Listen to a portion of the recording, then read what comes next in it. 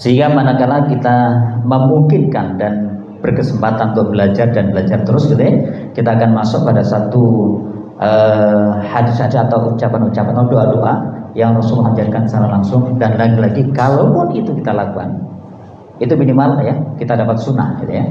Yang kedua, kita dapat doa yang pasti dikabulkan oleh Allah SWT. Yang ketiga, kita akan mendapatkan satu fadilah atau keutamaan yang Rasulullah sabdakan. 3 ya. Yang keempat, kita akan mendapatkan hasil daripada doa tersebut. Yang kelima, kita akan mendapatkan amal soleh dari itu semua. Subhanallah.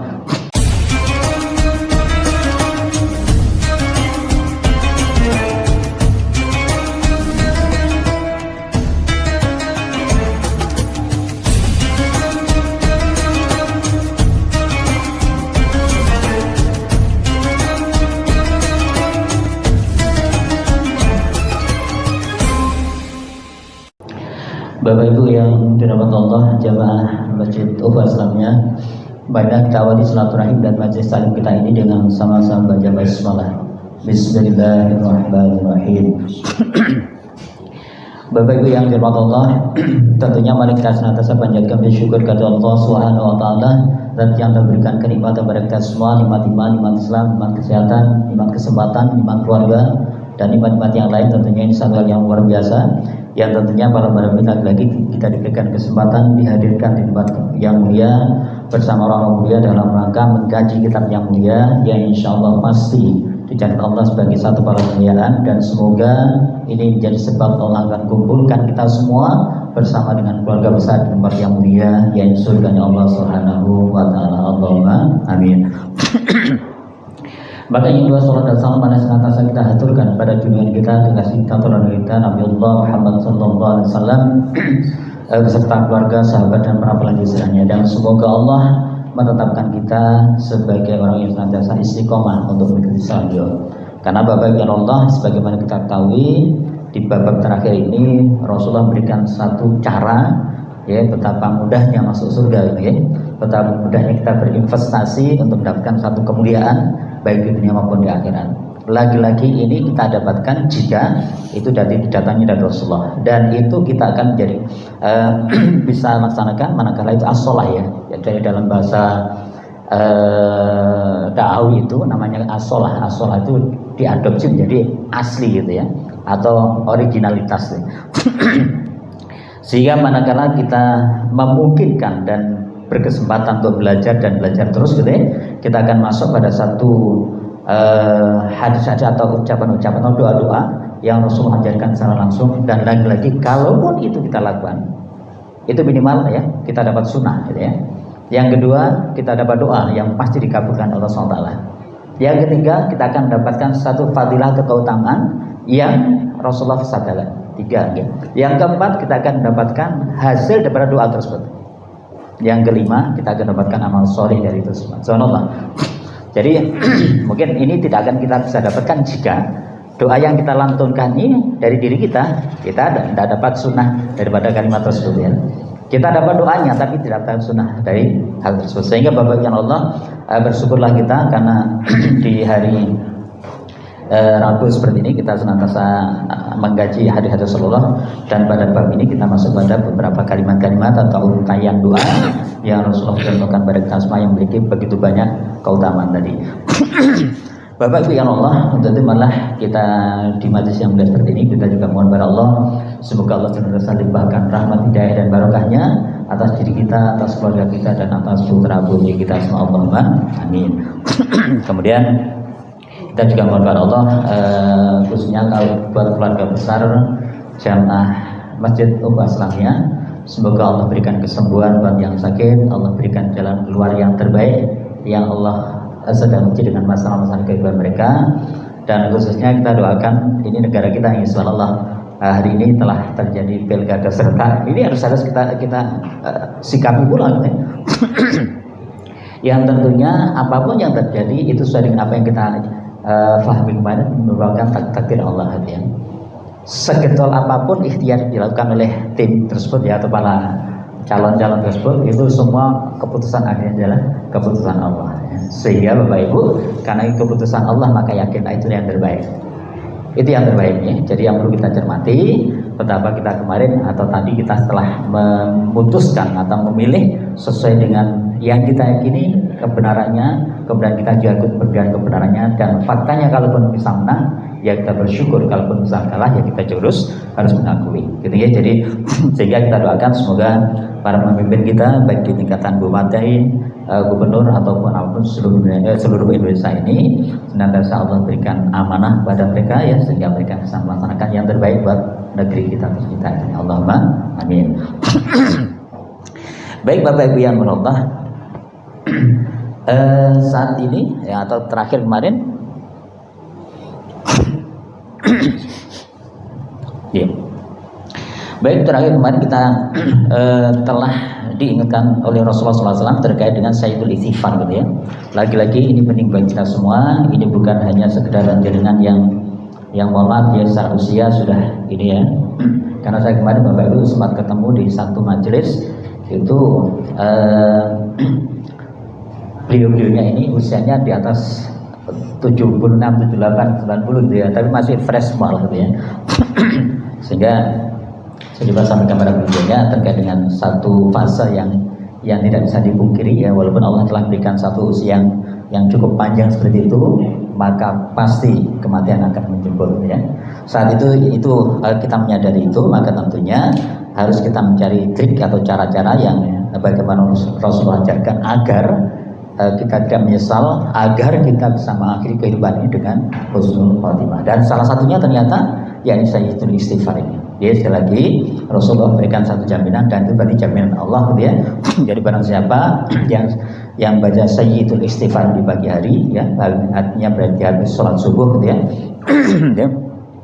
Kemudian ini dilakukan, maka insya Allah kalaupun di siang hari itu sampai dengan sore itu meninggal, maka insya Allah atau dipastikan mereka meninggal dalam kondisi husnul khotimah.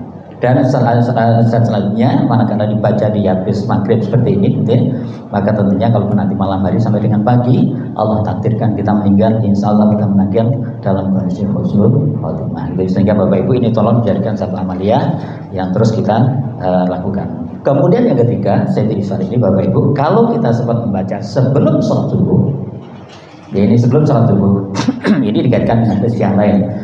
Jadi betapa Allah akan menggunakan, pasti akan mengampuni dosa orang yang meminta ampun sebelum sholat subuh. Jadi sebelum waktu subuh hadir, ya datang, katakanlah jangan bangun, mungkin kita bangun sholat itu, sempatkan baca istighfar, terutama Sayyidul Istighfar ini. Itu berarti ya bahasa Rasulullah ya, di dalam satu hadisnya Allah tidak akan menolak ya, Allah pasti mengampuni dosa orang yang memohon ampun di waktu menjelang subuh. Ya. Baik, Bapak Ibu ya Allah. Kemudian berikutnya kita masuk pada hadis yang ke 1602 ya, yang kemarin Masau Abah Hendro ya. Jadi saya coba cermati ya ayatnya tersebut. Jadi ternyata ini tidak menggunakan kata-kata sir atau jahar gitu ya. Jadi Al-Quran itu menggunakan kata ghairu ini ya, jadi tidak dikeraskan. Artinya Allah perintahkan kita berzikir, doa di arah timur barat, kemudian di pagi dan petang gitu ya, dengan suara yang tidak dikeraskan. Sehingga Bapak Ibu Allah ini ternyata ada dalam beberapa tafsir itu yang tidak dikeraskan bukan berarti sir ya. Sir itu berarti bacaan kita sholat zuhur maupun asar ya, itu sir namanya, berarti tidak sampai terdengar orang lain, cukup diri kita. Tapi kalau tidak dikeraskan itu boleh didengar orang lain. Ya ini yang harus kita pahami. Artinya yang tidak boleh itu saat kita teriak-teriak, mohon maaf ya, teriak-teriak dalam rangka berdoa. Iya, mohon maaf. Saya juga mengecek itu di tafsir Ibnu Katsir. Iya. Bahwa wajunal jahri itu tidak dikeraskan. Memang bukan sih, tapi di situ di Ibnu Katsir itu diistilahkan ketika Nabi itu ditanya bagaimana ini maksudnya. Maksudnya itu adalah kalau yang mendengar zikir kita itu bukan orang tinggi, nggak dengar, dan bukan orang yang jauh sekali. Kira-kira itu tambahan dari tafsirnya di beres ya. Jadi Bapak Ibu yang dirahmati Allah, ini artinya Terus apa yang beliau sampaikan betul ya, di dalam situ sampainya seperti itu. Artinya kalau misalnya kita dalam jumlah yang tidak terlalu banyak dan itu memang kita mau bareng-bareng misalnya ya, maka itu cukup dengan serasa mereka dengar gitu ya. Nah, istilahnya kalau tidak boleh dikeraskan itu apakah pakai pengeras suara? Oh. Oke, maksudnya itu ya, tidak dipegang. Baik. Karena itu tuntunan Quran yang paling tinggi itu. Jadi kalau wadunal jahri itu tidak keras. Tidak keras. Jadi itu tidak keras saja tidak boleh. Kok malah dipakai pengeras suara? Pengeras suara gitu ya. Betul. Baik. Ini mungkin yang menjadi seringkali kebijakan kita ya. Katalah jenengan pada saat azan itu harus dikumandangkan keluar, atau bahkan mungkin pada saat yang apanya sebelum koma itu apa itu? Sana. Jadi pujian itu juga dikeluarkan dengan satu maksud agar itu beritahu bahwasanya ini sudah azan dan belum iqamah. Dan tetapi harapannya nanti pada saat sholat, kemudian di dalamnya ada zikir, itu cukup pengeras, kalau tidak pengeras di dalamnya. Jadi pengeras di dalam. Tujuannya apa? Ya ini agar ini ya tadi tidak perlu keluar. Ini cukup untuk orang-orang yang berkepentingan katanya. Siapa para jamaah? Tujuannya apa pengeras suara yang dibutuhkan itu adalah untuk biar nunsewu. Jadi si jamaah ini atau makmum bisa mendengar dengan jelas. Karena seringkali kalaupun kita sebagian imam kita yang bacaannya tidak terlalu keras sehingga yang belakang ada konsentrasi yang hilang. Tapi begitu dengan suara yang cukup dengan bantuan pengeras suara tadi ya di internal, itu kebijakan Pak yang seringkali dimanfaatkan. Dan tentunya hujahnya apa ya tadi? Ya, wadunal jahri, jadi tidak dikeraskan tadi. Waalaikumsalam nggih monggo. Nggih. Nggih.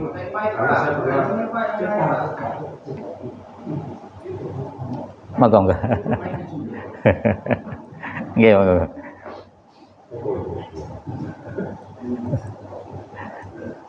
Nggih.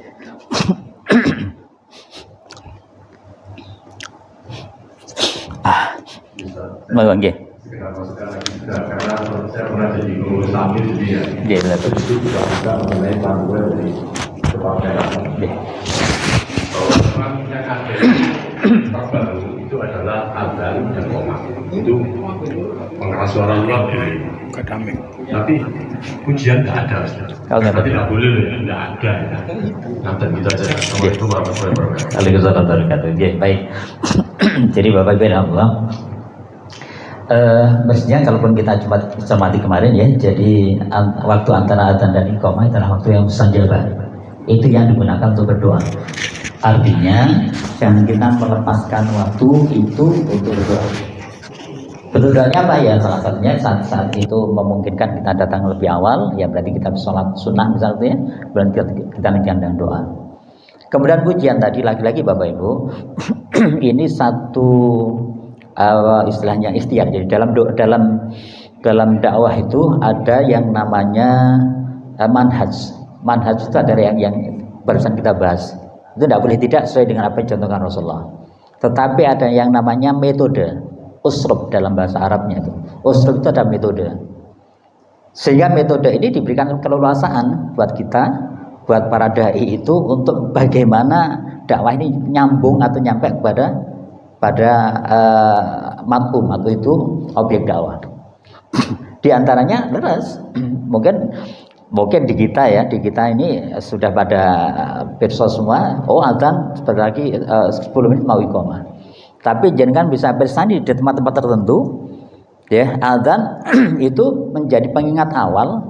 Kemudian mereka pujian-pujian itu dalam rangka selain memang berpujian untuk Allah SWT, mereka juga memberitahu pada jamaah yang lain segera datang gitu ya. Ini belum qomat gitu ya, dan sebagainya. Jadi itu namanya uslub Bapak ya. Uslub itu dalam bahasa dakwah dibolehkan. Termasuk non sewu dalam menyampaikan satu kebenaran, kemudian menggunakan media sosial, kemudian menggunakan seminar dan sebagainya, itu uslub. Ya uslub ya istilahnya dalam bahasa dakwahnya itu ada hal yang tidak boleh tidak sesuai dengan apa yang dicontohkan Rasulullah, tetapi ada yang dibolehkan kita berkreasi sedemikian rupa sehingga itu untuk masuk pada objek dakwah. Termasuk menurut saya kadang kita harus berterima kasih pada beberapa kiai atau ustadz yang bisa mendesain dengan satu bahasa beliau sehingga menarik, sehingga banyak yang mengikuti, dimasukkanlah kalimat-kalimat itu. Sehingga tidak salah misalnya ada seorang kiai atau ustadz atau siapapun ya yang beliau punya kelebihan, kepiawaian dalam melawak misalnya ya, sehingga itu menjadi daya tarik. Tetapi yang tidak boleh misalnya itu kosong, tetapi begitu mereka ada daya tarik masuk sudah dimasukkan, itu namanya uslub Bapak, dan itu boleh dalam dakwah. Nah, termasuk tadi pujian itu merupakan satu uslub. Ya memang nantinya akan disesuaikan. Kalau ternyata di wilayah kita ini ternyata tanpa pujian sudah pada datang semua, ya sudah nggak perlu gitu ya. Makanya alhamdulillah kita bersyukur di masjid kita ini gitu ya. Ini kita mencoba memakai dua-duanya. Termasuk menurut saya habis sholat kadang zikir keras, kadang zikir pelan, itu bagus. Kemudian nanti satu ketika menurut saya di musola yang kita biasa ingatkan, kalau kadang pujian, kadang tidak, semoga itu hal yang biasa. Tetapi yang tidak boleh tidak, yakni manhajnya. Manhaj itu bagaimana Rasul memberikan contoh apa? Azan, iqamah dan seterusnya. Walam sahab, ngatain ya Pak. Jadi lagi-lagi ada namanya uslub. Uslub itu metode. Metode itu kita diberikan satu kreasi maksimal. Mungkin. Jadi Bapak Ibu, saya coba memberikan satu penegasan ya. Di dalam fase dakwah Rasulullah itu, ya, ada minimal 3 fase. Sebentar Pak. Ya. Fase yang pertama itu menggunakan istilah sirriyatud dakwah, sirriyatun tadim. Jadi sirriyatut dakwah, sirriyatut tandim. Jadi sir menggunakan kata sir. Sir itu berarti itu benar-benar tersembunyi dalam cara berdakwah. Bersembunyi juga di dalam tandim. Tandim itu orang yang masuk Islam boleh menyembunyikan diri. Itu di fase awal. Karena betapa luar biasanya intimidasi orang kafir Quraisy. Kemudian pada level yang kedua itu ada namanya jahriyatut dakwah, sirriyatut tandim. Dakwahnya terang-terangan dan personelnya boleh sembunyi-sembunyi.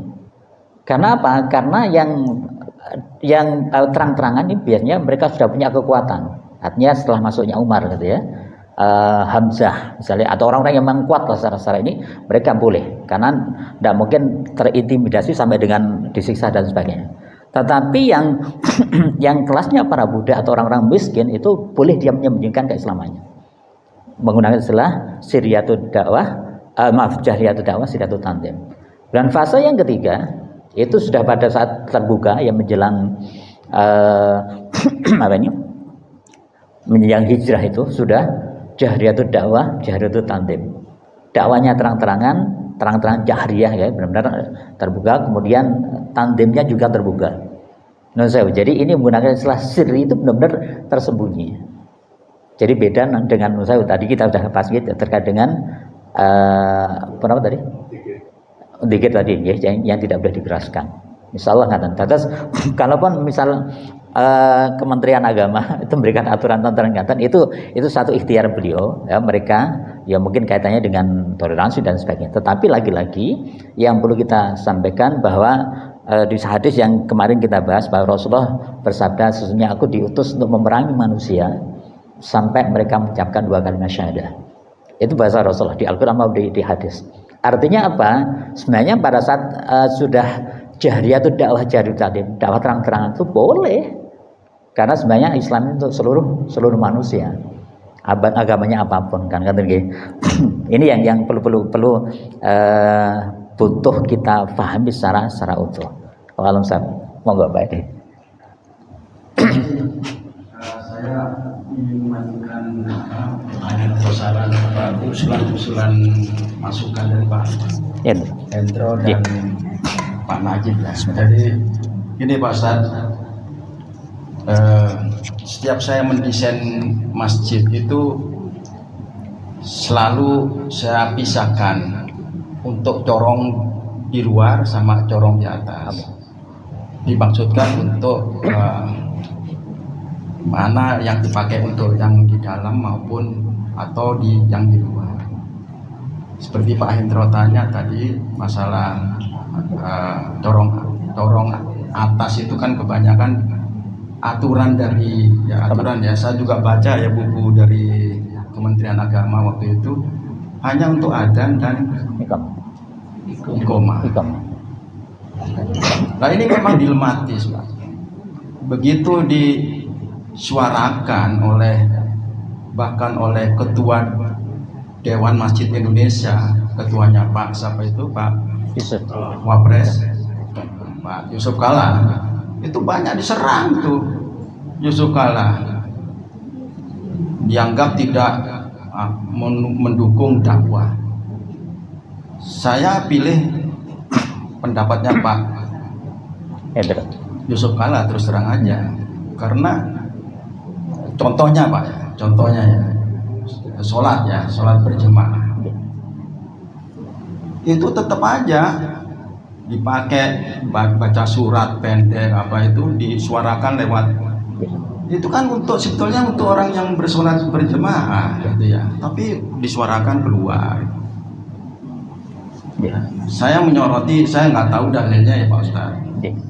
Cuma saya seringkali kita itu melupakan adab,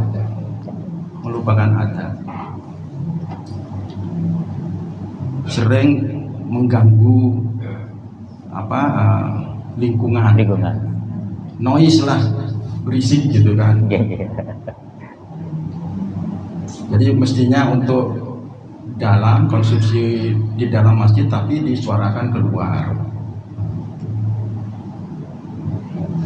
Kalau saya baca hadis salah satu ya, bahwa kita itu bukan umatku ya, kalau nggak salah ya Pak hadisnya ya, yang mengganggu tetangga.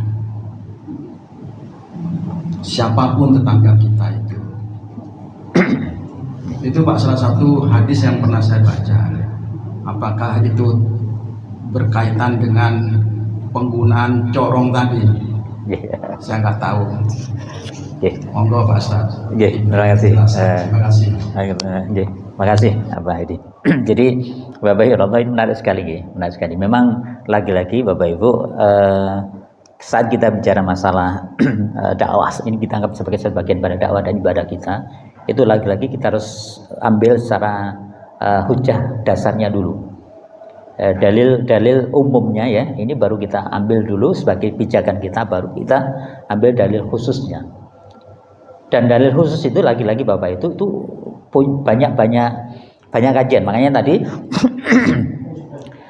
mestinya kalau kita mau kalau kita mau mencermati apa yang laras Bapak yang Kementerian Agama tadi, itu juga mestinya tidak berlaku secara universal ya, umum gitu ya. Karena ada beberapa daerah yang butuh saya itu. Jadi pada saat misalnya kalau kita mau jujur di daerah ini muslim semua, pekerjaan mereka di kebun atau di sawah misalnya, atau bahkan mungkin di kantor lah gitu ya. Atau di satu instansi yang kantornya bahkan mic-nya tuh mencapai ke seluruh tempat ya. Tetapi lagi-lagi Bapak itu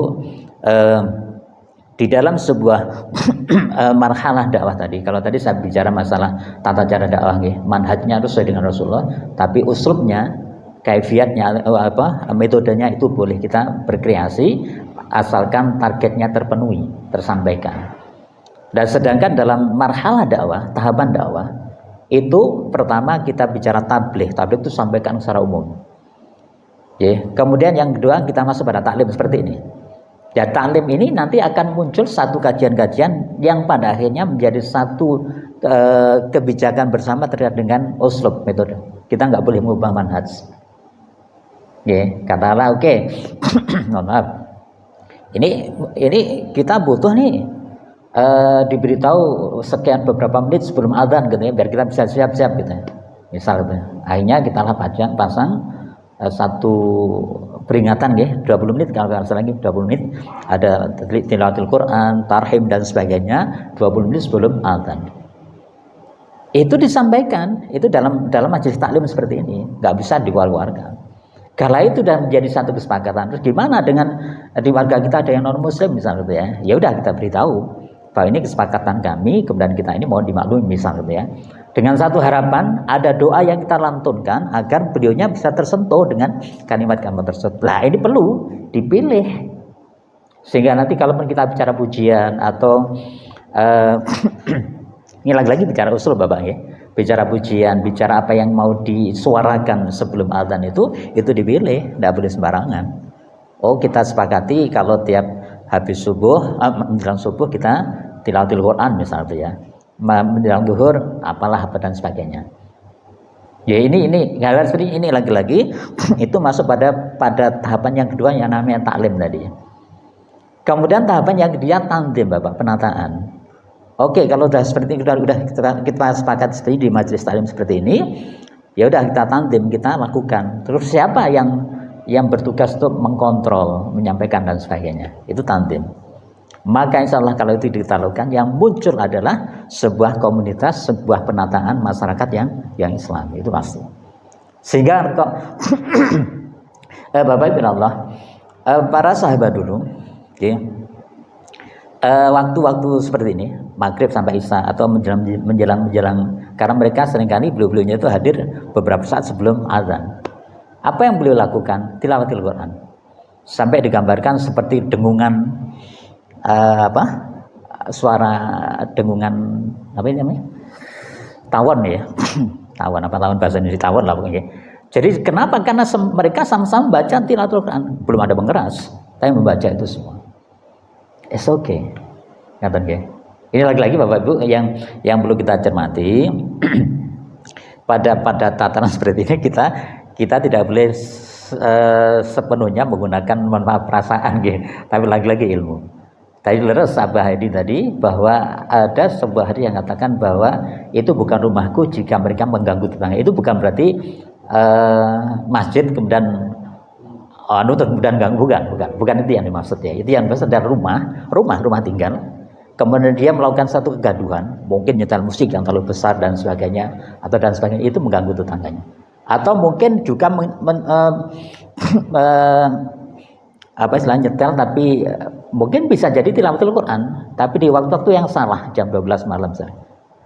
Itu misalnya. Jadi ini. Tapi ini bukan masjid yang kayak tadi jadi central of activity ibadah tadi. Soalnya salah nggak ya. Jadi lagi-lagi Bapak Ibu yang Allah, saya sering sampaikan pada saat kita mengambil satu hujjah atau fikih ya hukum, itu ambil dulu dasar umumnya, yang kita sebut dengan istilah as-shalah, keasliannya dulu. Baru nanti dibawa dan sebagainya. Satu. Yang kedua, kalau kita bicara masalah bahasa dakwah atau ibadah tadi, ibadah dan dakwah gitu ya, maka ini penting sekali harus kita pahamkan. Oh ini wilayah manhajnya atau wilayah uslubnya. Kalau wilayah uslub berarti bisa dibicarakan dan sebagainya. Kalau masalah manhaj nggak boleh, harus. Nanti nih.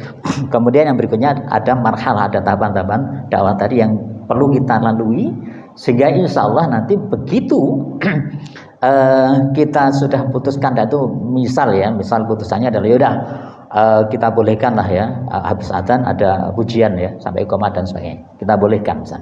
Tapi lagi-lagi itu kita sepahami menjadi satu metode dakwah atau usul metode tadi gitu ya. Yang ini dengan satu harapan ada doa-doa yang kita lantunkan. Mudah-mudahan ini menjadi satu sarana sampai kepada para masyarakat di sekitar kita ini dan sebagainya. Bapak Ibu Allah, maka seringkali di satu wilayah tertentu, mungkin jangan pernah ngalamin ya, di satu wilayah tertentu kita kesulitan cari masjid ya. Kenapa? Karena tidak dengar suara adzan dan tidak ada dengar suara-suara seperti ini gitu ya di tempat kita. Waduh, nyari kok sulit banget ya.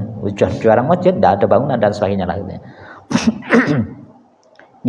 yang saya sempat lihat, tapi nansau ini fakta ya, fakta bukan kita belum bisa membenarkan secara rigid ya. Ini pada saat jangan tidak datang NTT misalnya ya, turun di Kupang itu sampai dengan Keva, pirsa nggih. Itu di tepi jalan kita nggak jumpai masjidnya agak masuk itulah, kalaupun ada. Tapi begitu masuk kota Keva itu masjid besar. Nahdlatul Ulama, ada simbolnya Nahdlatul Ulama. Dan di situ masyarakat semuanya non muslim sebagian besar ya, cuman sekitar aja. Tetapi yang dilakukan apa? Dia tetap ya pada umumnya masjid-masjid Nahdliyin, adzan, pujian dan seterusnya. Sampai begitu saya tinggal beberapa hari di situ, saya pesan karena yang tuan rumah saya juga non muslim, saya pengen salat subuh, saya naik apa harus ke karena hotelnya agak jauh. Siap Bapak, kita jemput. Jadi belum subuh datang jemput kita. Artinya ini lagi-lagi Bapak Ibu ada satu, kalau ini masalah uslub ya, metode itu bisa dibicarakan, disepakati kemudian menjadi bagian daripada dakwah. Artinya kita tidak bisa langsung ambil putusan, wah ini putusan Kementerian Agama nggak boleh misalnya. Atau ini menjadi tadi Dewan Masjid ya, sekali nggak boleh misalnya, atau kontroversi. Itulah indahnya Islam. Sehingga kenapa di dalam sebuah nasihat Rasulullah bahasanya khilafiyah itu adalah rahmat. Buat siapa yang mau duduk bicara? Kenapa ini dilakukan? Karena ini lagi-lagi kita bicara metode ya. Kalau mazhab nggak boleh beda. Jadi kenapa ini berbeda? Karena ini misal deh, okay, itu bagus, itu jadi rahmat. Jadi lagi-lagi itu saat Rasulullah berikan satu penjelasan itu, maka tentunya ini harus dijalani. Kemudian kita pasti menemukan apa yang disabdakan Rasulullah bahwa khilafiyah ya, atau tadi perbedaan pendapat adalah rahmat. Buat siapa yang mereka mau duduk bareng dibicarakan, oh ternyata ini alasannya dan seterusnya. Oh alam sahab ngeten nggih. Baik. Saya lanjutkan. Ini menarik sekali.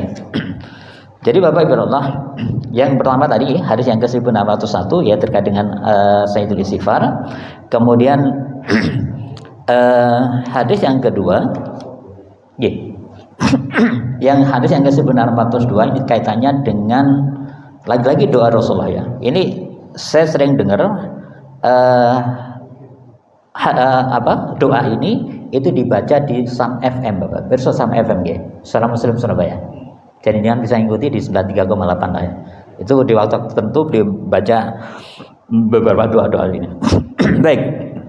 Bismillahirrahmanirrahim. Wa an Ibnu Umar, dari Ibnu Umar radhiyallahu anhu, dari Abdullah bin Umar, semoga Allah beridai Umar dan Abdullah ya. Qala ia berkata, lam yakun ya, lam yakun. Yani Rasul tidak pernah melewatkan. Rasulullah sallallahu alaihi wasallam. Apa itu? Ya da'u, yakni berdoa, haula'i al-kitabi hiya yashi wa hina yushbih. Jadi lagi-lagi Rasulullah tidak pernah melewatkan baca kalimat-kalimat ini di pagi dan petang hari. Jadi seringkali memang doa-doa yang menjadi panjang dan kualitas itu di waktu-waktu petang dan pagi gitu ya. Ini menurut saya sehingga Bapak itu ini mestinya menjadi amalan kita. Ada waktu pagi, yakni habis subuh, dan waktu petang habis maghrib seperti ini, kita berikan waktu yang lebih untuk berdoa, gitu ya. Apa yang dibaca Rasulullah? Allahumma inni as'alukal afiyah fi dini wa dunyaya wa ahli wa mali. Ya, jadi yang pertama, kemudian yang kedua, Allahumma astur aurati wa amin rawati wahfatni min baini yadayhi wa min khalfi wa an yamini wa an shimali wa min fawqil wa a'udzu bi idhamatika an u'tana min tahti. Misalnya hadis diriwayatkan Imam Nasa'i, kemudian Ibnu Majah, dan disahihkan oleh Imam Al-Hakim. Apa artinya? Yakni ya Allah, aku memohon keselamatan darimu dari agama, dalam agamamu. Ini yang sering kita baca, Allahumma inna nas'aluka salamatan fid din, gitu ya, dengan kalimat yang lain. Kemudian aku mohon kepadamu keselamatan darimu dalam duniaku, keluargaku dan hartaku. Ya lagi-lagi kita mohon kepada Allah terkait dengan keselamatan agama, dunia, keluarga dan harta. Kemudian yang berikutnya, ya Allah tutupilah auratku. Jadi Bapak Ibu Allah, ini kenapa dimohonkan kepada Allah? Kita sadar betul banyak sekali kesalahan yang kita lakukan. Jadi dosa yang kita lakukan. Jadi dengan kata lain seringkali bahwa sesungguhnya kita dikenal baik oleh orang lain itu bukan karena kebaikan kita, tapi karena Allah menutupi aib-aib kita. Ngerti ya? Ini dan ternyata ini kita mohon doa pada Allah. Jadi jangan sampai aib kita ini keluar gitu ya. Jadi sampai non saya Bapak Ibu yang kasihan itu begitu dia meninggal, itu aibnya terbuka semua. Ini yang kasihan, kita doakan mudah-mudahan Allah ampuni. Jadi ada orang yang dia dikenal baik di satu wilayah tertentu, tapi ternyata dia sangat tidak baik di tempat yang lain. Sampai hanya begitu dia meninggal, ini terungkap semua. Ternyata dia itu bahkan ada yang menyampaikan masa sih karena di tempat yang dikenal baik tadi tidak percaya kan, masa sih akhirnya orang bersumpah demi Allah Ustaz ya, dia kayak gini-gini dan sebagainya. Bagus.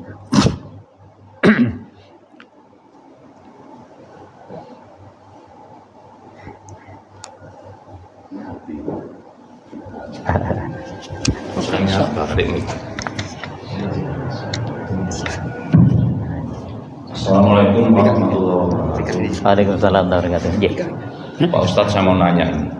Setiap hari ini saya merenung-renung sendiri. Ini seputar sholat, Pak. Seputar sholat. Apa yang jamaah lakukan apabila misalnya ini sholat isya berjamaah? Salah satu jamaah di masjid itu misalnya sudah rakaat kedua, tiba-tiba pingsan.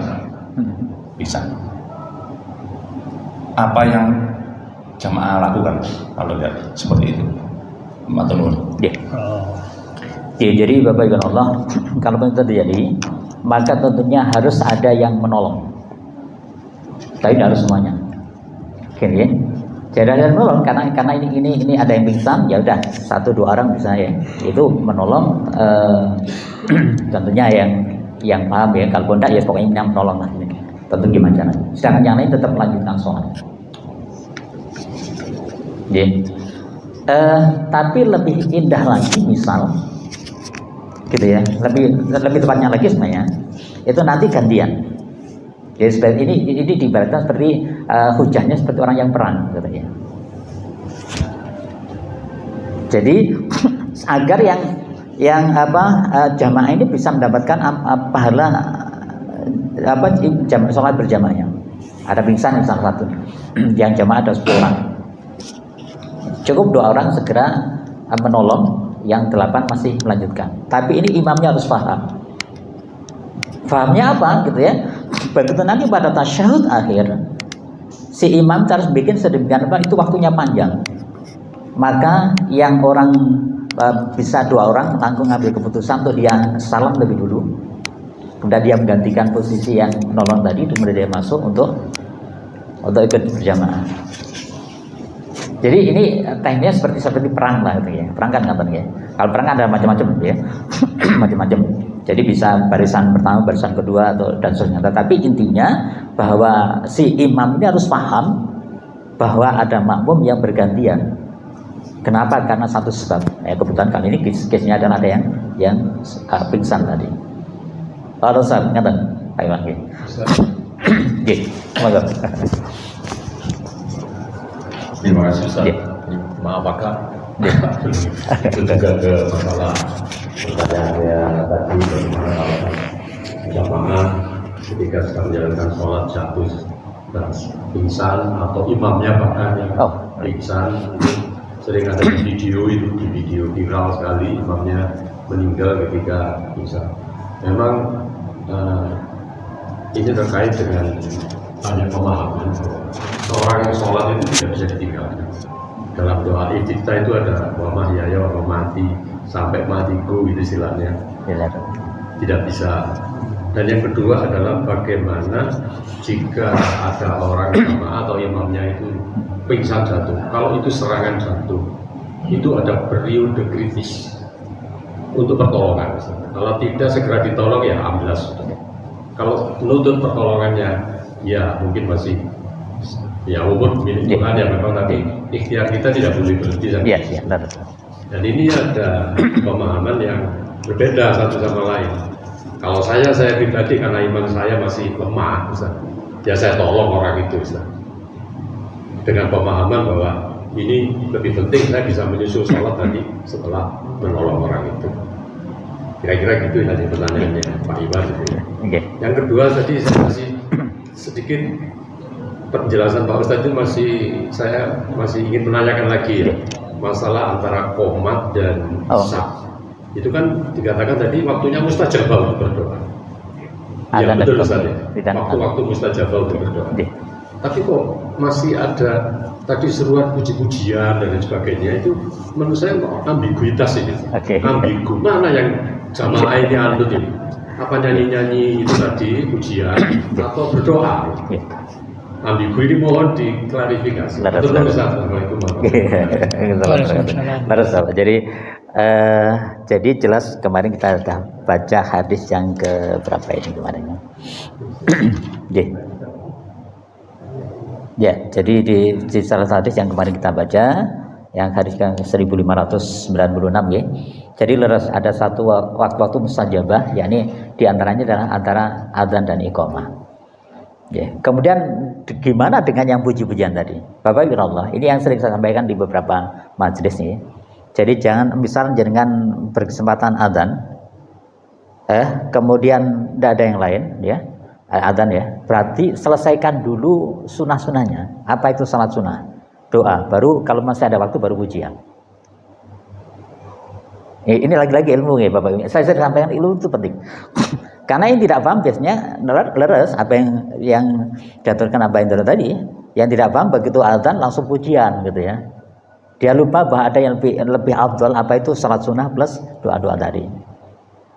Artinya pujian itu jika ada waktu, jika ada sisa waktu, nonton. Nonton ya, jadi paham ya. Artinya gini, ini yang saya mesti sampaikan di beberapa tempat ya. Kalau jangan mau pujian itu pastikan amalan afdhaliyahnya selesai dulu. Apa itu amalan afdhaliyahnya? Salat sunnah plus doa. Loh Ustaz, kalau setelah itu berarti nggak ada pujian. Yo kalau nggak ada waktunya ya tidak apa-apa, tidak perlu pujian, langsung iqamah. Termasuk alhamdulillah kata salat kajian kita ini kadang sudah waktunya Isya. Rasulullah biasa nggak, kemarin sudah bahas gitu di bagian sebelumnya, Rasulullah biasa melanjutkan, bahkan salatnya Isyanya agak diundurkan. Sehingga kenapa ini menjadi salah satu latar belakang salat sunnah qobliyah Isya itu bukan muakkad tapi hayat. Kalau hayat itu berarti kadang Rasulullah melaksanakan, kadang tidak. Kan ya, sehingga tidak salah misalnya saya begitu selesai adzan ini sudah waktunya iqamah, sudah langsung iqamah, tidak masalah. Tetapi kalau itu di waktu yang sholatnya muakkadah, katakanlah sebelum sholat zuhur misalnya, atau sebelum sholat subuh, harus beri kesempatan walaupun sudah gitu, beri kesempatan. Ini bedanya gitu Bapak. Jadi menurut saya apa Indro, biar tidak ambigu, jadi pujian ini lagi-lagi di waktu sisa. Ngerti ya, jadi yang harus kita pahami sehingga kita ya, kalaupun jangan ada teman-teman yang melakukan itu semua, pastikan afdhaliyah amalan afdhaliyahnya terselesaikan dulu. Apa itu salat sunnah plus doanya. Walam sab, ngerti ya. Sehingga itu tidak perlu katalah misal kita baru datang, ini udah pujian, kita langsung ikut pujian, jangan. Selesaikan dulu amalan-amalan afdhaliyah. Kita datang ternyata tinggal 2 menit misalnya, cukup untuk salat sunnah. Ya udah kita salat sunnah. Tidak duduk langsung pujian. Bahkan misal kita datang tinggal setengah menit misalnya, 30 detik gitu ya. Nggak mungkin lah salat sunnah misalnya. Karena kalaupun kita salat sunnah iqamah, maka sunnahnya dibatalkan salat sunnahnya. Maka kita cukup berdoa. Loh Ustaz, kita kalaupun duduk berdoa nanti tidak dapat afdhaliyah tahiyatul masjid. Ya nggak perlu duduk. Dengan berdiri kita cukup dengan berdoa. Jadi kita datang tinggal 30 detik gitu ya. Sudah mau iqamah, nggak mungkin kita salat sunnah, jangan duduk, berdiri dan berdoa. Karena itu masih mustajabah. Karena begitu jangan tidak duduk, bukan tidak sempat duduk, ya tidak duduk. Kemudian jangan ikut salat berjamaah. insya Allah jangan selain mendapatkan sholat fadilah berjamaah tadi, juga mendapat fadilah sholat tahiyatul masjid. Mengatakan ya, jadi insya Allah apa itu lagi-lagi pujian itu waktu sisa Bapak ya. Dengan satu syaratan bahwa amaliyah al-doliyahnya ya, kalau tadi udah terselesaikan. Berarti tidak dilarang ya ujian? Dalam? Ujian tidak dilarang? Boten. Karena itu wilayah uslub Bapak. Uslub itu metode ya. Metode. Ya. Lah ini yang berarti yang perlu kita perhatikan yakni terus apa? Ya, jadi uslub itu metode ya, metode itu lagi-lagi. Tetapi di sini yang harus kita perhatikan yakni isi ya, konten. Kalau isinya itu bisa, kan biasanya ada dua nih, kalau yang saya sering pahami pujian itu. Satu itu adalah zikir, yang kedua itu syair. Syair tadi syair menurut ini ya, menurut Islam ya, karena syair kan banyak ya. Karena lagi-lagi di Masjid Nabawi itu ada dua mimbar, mimbarnya Rasulullah dan mimbarnya para sahabat yang pandai bersyair gitu ya. Jadi katalah zikirnya apa ya udah subhanallah alhamdulillah bareng saya dan sebagainya itu, atau Allahumma sholli ala sayyidina Muhammad itu ada zikir. Syairnya apa yaitu eman temen wong kang gandeng ora sembayang Nabi Yusuf itu syair. Ya, itu syair, itu boleh. Itu nanti akan lebih jauh lagi Bapak bicara masalah tampilan pentas seni gitu ya. Ini pernah kita bahas ya. Jadi mana-mana yang boleh dan mana yang tidak boleh. Itu nanti yang saya. Tapi lagi-lagi balik pada puji-pujian tadi, itu adalah bagian pada uslub, bukan manhaj. Sehingga karena uslub ini nanti disesuaikan Bapak Ibu. Ngerti ya? Allah Ustaz. Baik, saya selesaikan hadis ini ya. Jadi bagaimana? Yang pertama kita mohon pada Allah, kita mohon keselamatan kepada Allah dari agama kita ya. Kenapa agama kita mohonkan keselamatan kepada Allah? Karena juga kadang-kadang kita melaksanakan agama tapi tidak menyelamatkan gitu ya. Menurut saya yang kemarin ini kan background daripada kitab ini disusun oleh beliaunya itu karena separuh bicara masalah agama, masalah ubudiyah, separuh bicara masalah muamalah. Yang separuh masalah budaya ini harapannya nanti ini saat kita dibangkitkan, kemudian kita membawa amalan sholat kita, puasa kita, zakat kita itu Rasulullah berkenan menjadi saksi. Kenapa? Karena tidak menselisih Rasulullah. Tetapi akan dijumpai di Al-Quran disebutkan bahwa Rasulullah tidak berkenan menjadi saksi. Kenapa? Karena kita menselisih. Salat kita tidak seperti salatnya Rasulullah.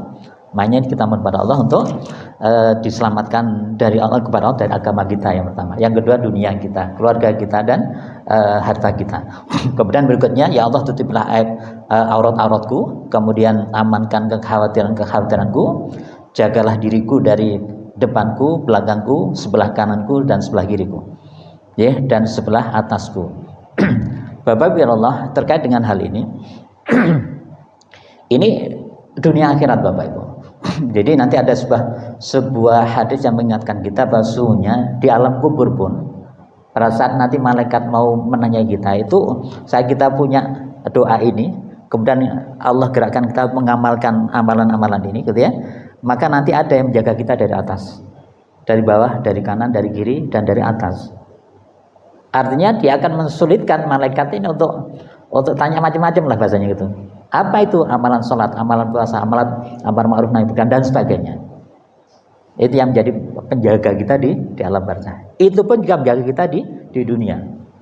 Apalagi nanti juga di akhirat. Ya lagi-lagi ini kita juga diamankan kekhawatiranku, jagalah diriku dari depan, dari belakang, sebelah kanan, sebelah kiri dan dari sebelah atas. Kemudian aku berlindung dengan keagunganmu dari bahaya yang datang dari bawahku. Insyaallah ini insyaallah bagian Allah ini doa yang luar biasa yang tentunya perlu kita perhatikan. Dan bagian Allah hadis ini adalah dalil tentang anjuran berdoa dengan doa ini di waktu pagi dan petang. Sehingga kalaupun kita belum hafal boleh baca. Tapi baca jangan cuma Arabnya saja, jika difahami maknanya gitu ya, sehingga nanti bahasa mohonnya itu lebih enak. Alhamdulillah ya. Jadi mohon maaf ya, saya tadi mikir wah ya kayaknya malam ini bisa selesai gitu, tapi ternyata belum selesai. Gak apa gitu ya. Jadi saya pikir nanti Bapak Ibu kita akan selesaikan tahun ini dengan kitab ini. Kemudian tahun depan kita masuk pada kitab baru, yakni Rasmul Bayan. Dan saya berharap di Rasmul Bayan nanti harapan saya itu jenengan bisa lebih istiqomah, karena kita bicara lebih serius. Ya, yakni pertama kita bicara makna syahadah, kedua ma'rifatullah, dan seterusnya lah gitu ya. Jadi secara pribadi, ya. Dan di situ nanti satu-satu bahasan ini akan banyak subtema yang kita coba banyak diskusi. Dan itu lagi-lagi begitu jangan ketinggalan satu saja, itu nanti ada yang lubang lah.